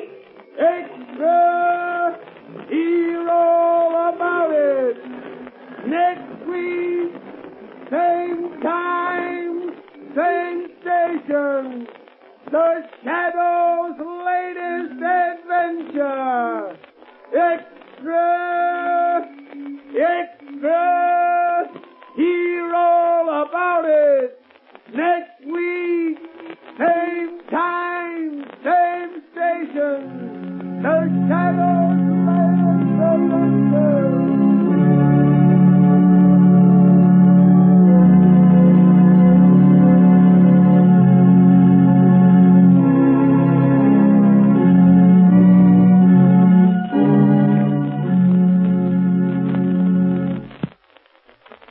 Your announcer, Arthur Whiteside.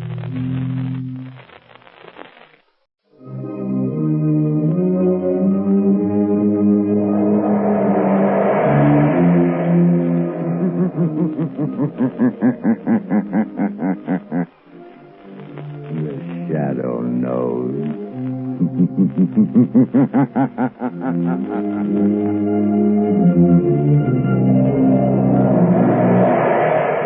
Blue Coal presents The Shadow, the man of mystery who strikes terror in the very souls of sharpsters, lawbreakers, and criminals.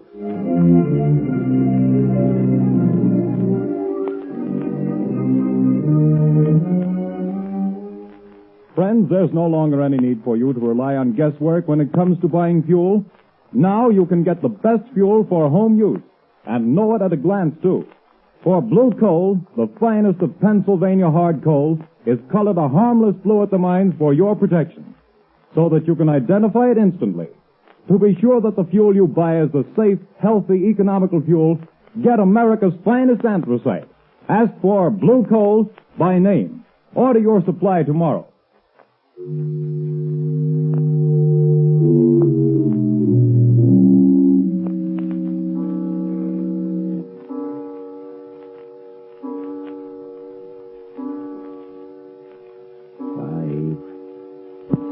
Arthur, don't, 7, please. 8, 9. This is the hour, my dear. I can't stand it, I tell you. Always at 9 o'clock it comes. But if I hear that horrible thing again, I'll go crazy. Oh, this awful house. But it's quiet, my dear. Way out in the country like this, I can install my laboratory here as soon as I get around to it. As for these strange sounds, well, haunted houses have always fascinated me. I've always wanted to meet a ghost, shake hands with him, invite him to tea. Stop talking like that. It's serious. Oh, I've tried to stand it for your sake, Arthur, but I don't know how much longer. My heart isn't strong, and I... Hear it? But that's only the wind, isn't it? No. It always starts like that. You know it does. Don't move. Listen. Arthur, it's coming. It's coming. It's coming. A ghost, eh? Well, we'll see. I'll meet him this time. I'll meet him halfway, too. Stop! Stop! Come. We'll both meet him. Give me your hand. No! Carolyn. Carolyn, it stopped. Can't you hear me? Goodness me. Has the shock killed her? No, her heart still beats. She's only fainted again. Just pass out there.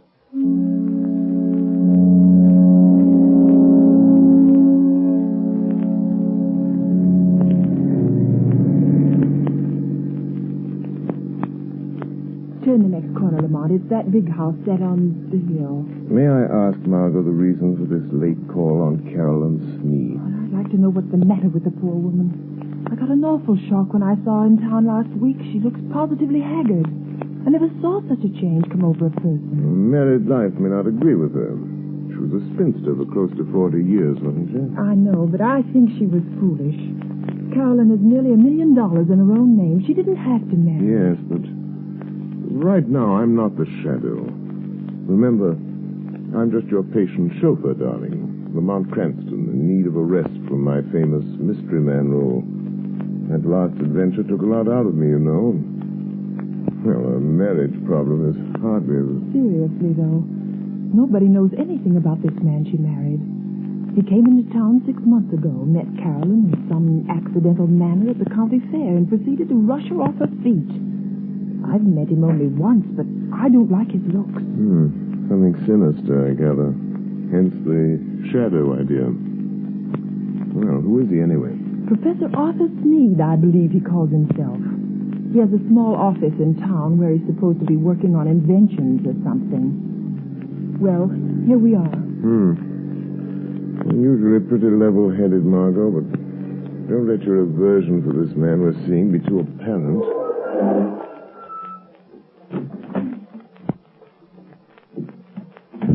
Dreary place, isn't it? I don't see any bell. I guess you're supposed to use the knocker. Here he comes. Well, who is... Oh, it's you, Miss Lane. Yes. Good evening, Professor Sneed. I hope we aren't too late. Too late? Too late for what? Why, I phoned Carolyn that we'd drop in just to say hello. Well, she didn't tell me. Carolyn isn't feeling well at the moment. I'm sorry. Good night. Oh, but please, I only want to see her for a moment. That is, unless it's something really serious. Well, it isn't as serious as she pretends to think it is, but... well, come in. Thank you.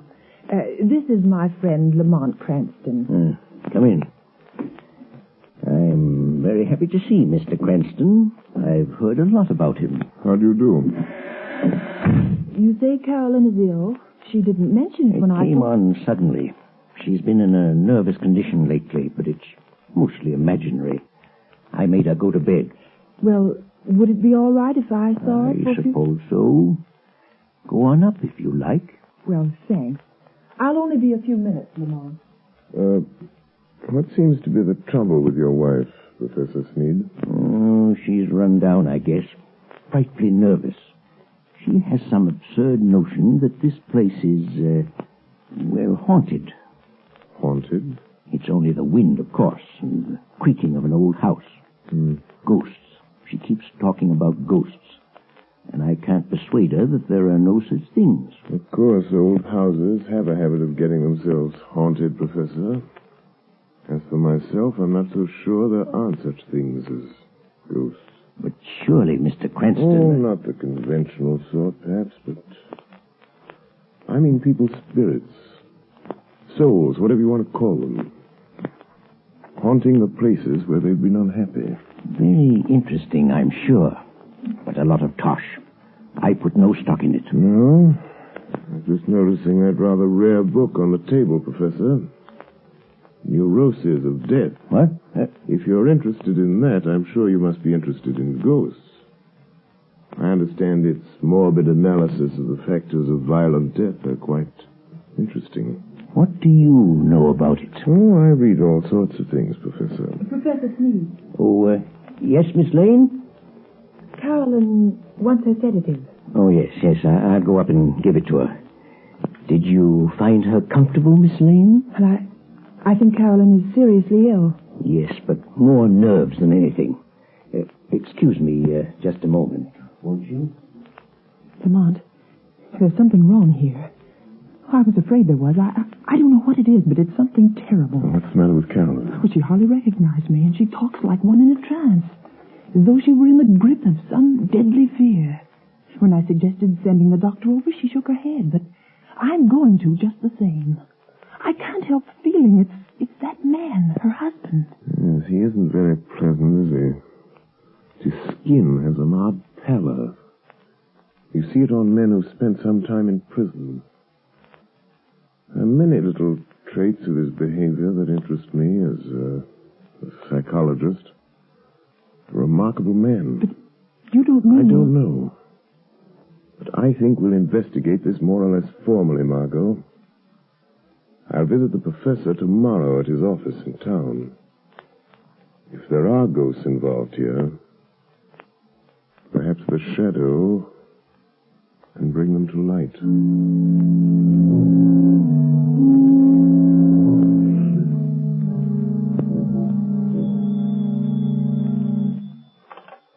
Hello? Yes, Carolyn. Well, don't Don't worry, my dear. I'll leave the office here at 5, and I'll be home before 6. Yes, I understand. Goodbye, dear. Well, who is it? Is that you, Miss White? Who's opening that door? Don't get up, Professor. I'll close it after me. What? I thought I might find you in. Who said that? Who are you? Your conscience speaking, Professor. Or have you a conscience? I'll show you what I've got. Don't excite yourself. I'm only a voice. A voice they call... Professor, have you ever heard of the shadow? The shadow? Yes. You seem to have heard of me. What do you want? I've come to warn you, Sneed. Warn me? Warn me about what? I know what you're doing. What? And I know how it's going to end. The end is death. Death? I have something here I'll toss in your lap. There. Do you hear it? Why, you... Get out of here, I tell you. See it? Look. It's half of a playing card. The ace of spades. When you find the other half, that will be the end. Get out and leave me alone. All right, Sneed, I'll go, but don't forget. The shadow knows.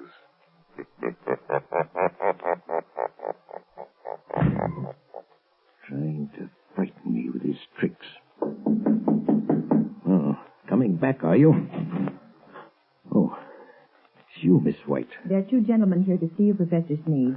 2 gentlemen? Well, I'm not expecting... I guess you may remember us, Professor Sneed. Spike. Your old friends, Spike Collins and Mr. Wilson here. Yes, of course. Please take those circulars on your desk, Miss White, and mail them at the post office right away. Yes, sir. Lock that door, right? Okay. And what are you staring at, Sneed? We ain't ghosts. I thought you 2 were doing a stretch at Leavenworth. Yeah, we were. But we framed a getaway. And now we come to see an old pal. Well, now listen, Spike. I'd help you if I could. Nuts. We've been watching you, and we know your game. We ain't got no time to stall. This old dame you married has got plenty of... I don't know what you're driving at. Well, you'll know if we squawk about that dame you married out in Idaho that croaked without anybody knowing what was the matter with her. Cards on the table, Sneed. Has this one signed our money over to you? Yes. She fixed her will in my favor. Well, what are you doing to get it? Well, she has a weak heart, and... I know. Playing ghost and scaring her to death, eh? Well, that's too slow, Sneed. I got a better scheme. We break into the house, stage a burglary, see? In a scuffle, the old dame gets shot, dead. It's quick. No, you can't do that. No, you'll see.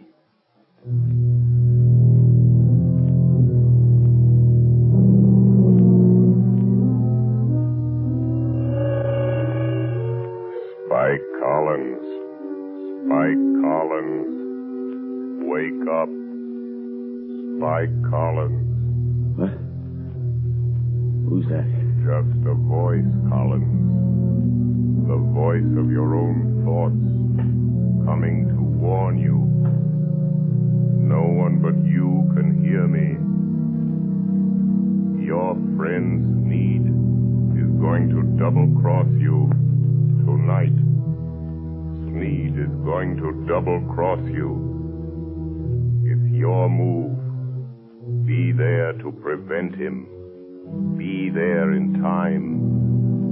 6 o'clock. Be there.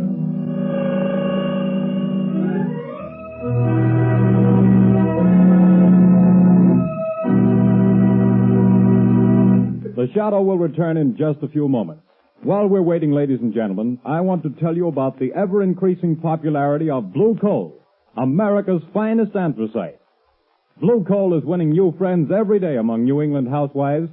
They not only like the superior heat of Blue Coal, but they find that it simplifies housekeeping. This is because Blue Coal is so clean. It burns completely and does not send any particles of unburned carbon through the house to be deposited on furniture or woodwork. The drudgery of daily cleaning is reduced to a minimum with this clean fuel. Blue Coal is the largest single brand of solid fuel prepared especially for home use. Each car is laboratory tested at the mines for purity and size before shipment. Blue Coal is Pennsylvania's finest anthracite. So that you can personally identify this excellent fuel, it is actually colored blue at the mines. Order it by name. You will find the name of your nearest Blue Coal dealer listed in the Where to Buy It section of your classified telephone directory under the name Blue Coal.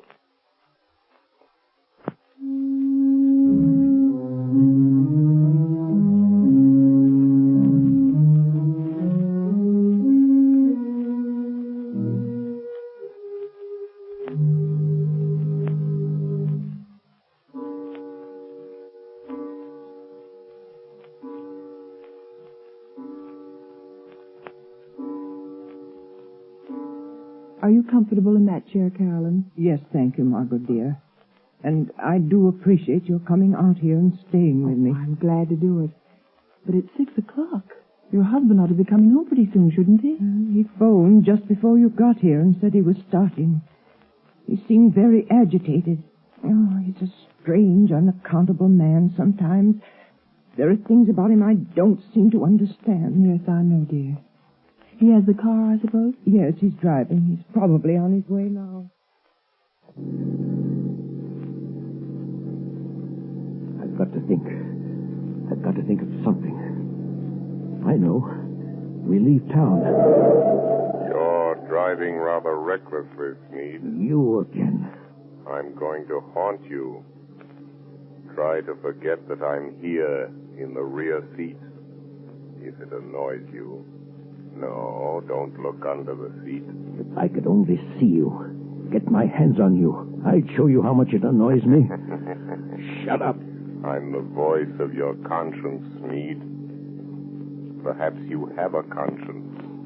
After all, I could choke that voice down your throat without any trouble to my conscience. If you only had the power of second sight, you could see me. That's an invaluable gift, Sneed. Being able to see things that other men can't. Some people call it mental telepathy, some by other names. Remember, I can see the pictures you make in your mind. I told you about that. You can warn all you like. That's not evidence, not in court. A lot of wild guesses that don't mean anything. Well, doesn't it frighten you a little, Sneed? I simply will you not to see me, and you don't. Careful. There's a truck coming down the road. Better sound your horn. Good Lord, the fool's taking up the whole road. It's going to hit you. Look out. It's gone. There wasn't any truck there. No. I willed you to see it. And you saw it. No truck at all. Just hypnotism. Gosh, I'm having hallucinations. But that's the way to dispel hallucinations. Drive straight through them. Be careful. We're near your house. And this old mill road is tricky. What about it? Look, Sneed. There's a man in the road ahead of you. There is, eh? Really? Why, it looks like one of your two pals that called on you today. I knew he would be here, Sneed. Really? You're going to hit him if you don't watch out. More of your hallucinations. You think that I'll believe you again, don't you? Well, I won't. Look out! I hit him. This time, it was no hallucination, Sneed. He was in front of you.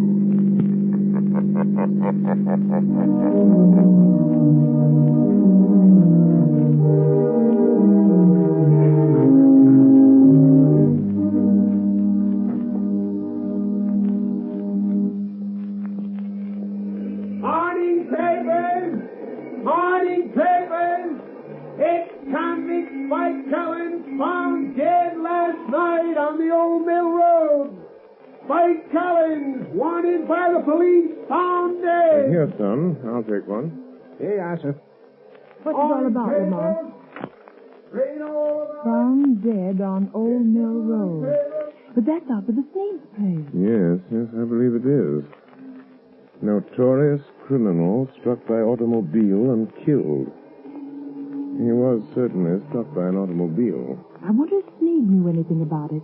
He acted very strange when he got home last night. Strange? What way? Well, he was pale and shaky, and he hardly seemed to know I was there. He told Carolyn that he'd had a message from out of town, and they'd have to pack and leave. Oh, did he say when? Well, they thought they could get their trunks and things ready by this afternoon sometime. You're not going to let Carolyn go with him, Lamont? Not if I can help it. Let's see. A little after 9. I imagine Commissioner Weston is rather startled by the morning's news. I think I'll have a word with Commissioner Weston.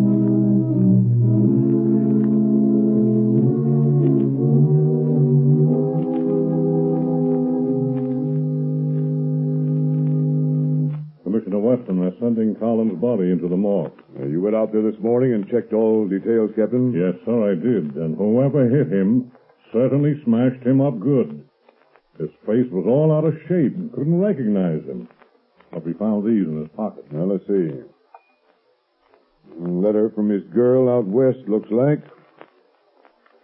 Insurance policy. Library card of Leavenworth Penitentiary. And this ring, sir, that Collins always wore, with the figure 8 on it. Oh, yes. Well, it's a good job done, whoever did it. Tag that stuff and file it. Yes, sir. Let me know when the wagon gets here. Yes, sir.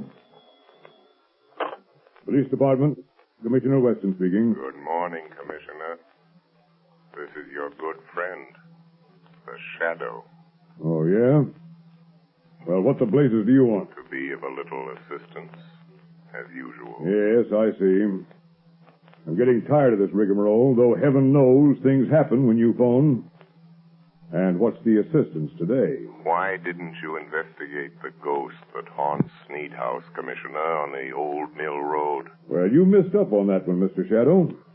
I don't put much stock in ghosts, but we went out there and checked up, searched the house. There's no evidence. No. Go again today, Commissioner. And this time, I think you'll get your evidence.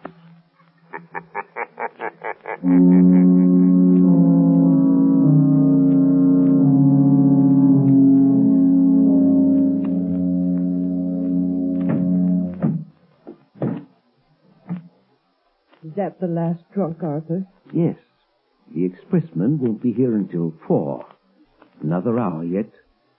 Why don't you go up and lie down a while, Caroline, Yes, I will. I'll try to sleep a little now that it's daylight. You told the milkman we wanted to pay him. He's coming back before we leave. Good. Well, that must be him now at the back door. Get back. Get back. What's the matter, Sneed? Think you're seeing a ghost? Stop. Don't come near me. Nuts. Snap out of it, will you? This is me, Spike Collins. You? Alive? It wasn't me you hit with your car last night on that back road. Well, I guess you wish it had been, huh? Who was it then? It was Rat Wilson. Fool got half pickled trying to get up his nerve for the job. Staggered out on the road before I could stop him, and wham! It was all over. Wilson, eh? So there was my chance, see? Him and me about the same size, his face and hands all smashed flat. I put my stuff in his pockets, my ring on what was left of his finger. There I was, dead. And all that time you was giving me the double cross. And maybe I am a ghost, but I can still deal with you, Sneed. Who is it, Arthur? Just a minute, Carolyn. Now listen, Spike. There's only one way to see this thing through. You and I have got to stick together. The Shadow is after us both. We've got to get out together, away from this Shadow. Don't kid me anymore about the Shadow. You see this cat? I'm here on business and I'm going through with it. Put the old lady out of her misery. Good Lord. What's the matter? There. On the table. Nothing but a torn playing card. The ace of spades, or half of it. You've got to stop it, Spike. You've got to stop. Arthur, what's the matter? Who's this man? Carolyn, this is a friend of mine. Friend? Sure, a friend. But I don't understand. The pistol, Yeah, that's my way of doing business, lady. Your husband does it different. He's been scaring you to death, ain't he? Making you think the place was haunted. You know how he always does it? Stop it, Spike. He used to be an electrician, see? He rigs up a sort of electric sound box with a remote control switch. He usually puts the switch over here by the door. Yeah, here it is. what's it all about, Arthur? The ace of spades. The end. Death. When he turns the switch, you hear the ghost dance. All you have to do is turn this knob. That's the way it works, lady. But I hear it. Arthur, I hear it. Turn that thing off, you idiot. What? I haven't turned it on. You haven't. And what's making those sounds? I am. What's that? It's him. He's come. A shadow. I am coming up these cellar stairs. I will enter and stand beside you. Where is he? Stand back or I'll shoot. When I enter, I will touch one of you on the shoulder. Stop him. Stop him. And that one will die. It's the cops. Come here, Steve. It's a plant. You called in the cops. No, don't shoot, Spike. The jig is up. You can have the bullet I was going to give your wife, you double-crossing skunk. Oh, you killed him. Come on, here we are. Go through that side room, boys. Okay. Stick him up. I got him. Now stand still around. Break your arm. Now, hand over that gat. All right. I'm through. You win. Spike Collins. Spike Collins? I thought he was... He's a fool. I thought you... Say, what is this? Who was that guy that got killed over here last night? Come clean, Collins. Whoever it was, I didn't do it. Who's that? Where are you? Don't be alarmed. I am here behind you, in the shadow. Oh. So you're here, Shadow, eh? Maybe you know who got killed here last night. The man killed last night, Commissioner, is a ghost. Oh, yeah? There are now 2 ghosts in this little adventure. Mr. Collins will probably make the 3rd. You really should believe in ghosts now, Commissioner.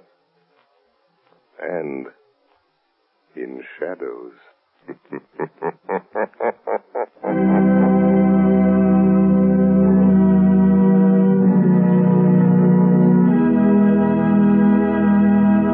And now, before today's adventure with the Shadow comes to a close, John Barclay, Blue Coal's own heating expert, is here to give us another of his practical talks on automatic heating.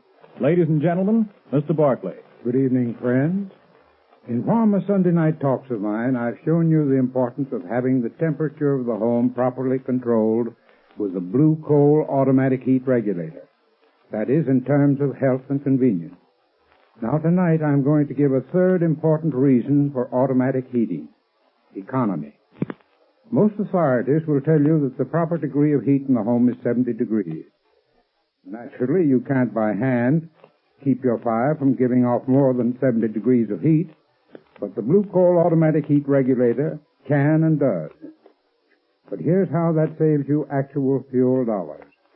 Heating engineers have discovered that for every degree you raise the temperature above the desired 70 degrees, your fuel goes up in cost 1.5%. So you see, friends, by automatically shutting off that heat, that extra, wasteful, unhealthy heat regulator automatically saves on fuel costs. Why not investigate this blue coal heat regulator further? Ask your local blue coal dealer to give you a demonstration. The cost is only $18.95 plus a small charge for installation. You'll find it well worth every cent of that and more. Moreover, if you have any heating problems, discuss these also with your blue coal dealer. He is the best informed heating authority in your community, and assisted by his John Barclay trained serviceman, can, I'm sure, help you save money and have a more comfortable home this winter. This service is free. It costs you nothing. Thank you.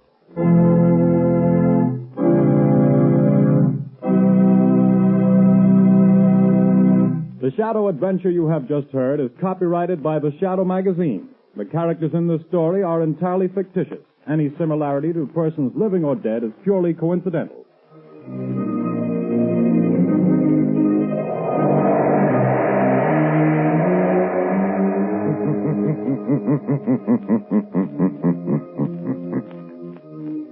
The weed of crime bears bitter fruit.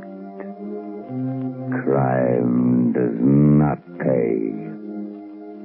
The Shadow knows.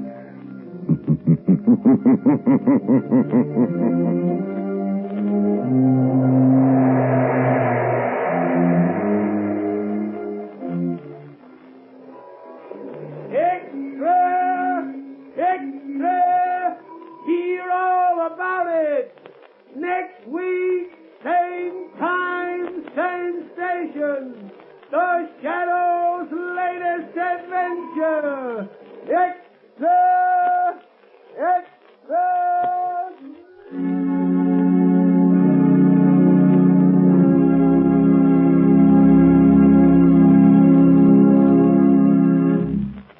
Your announcer, Arthur Whiteside.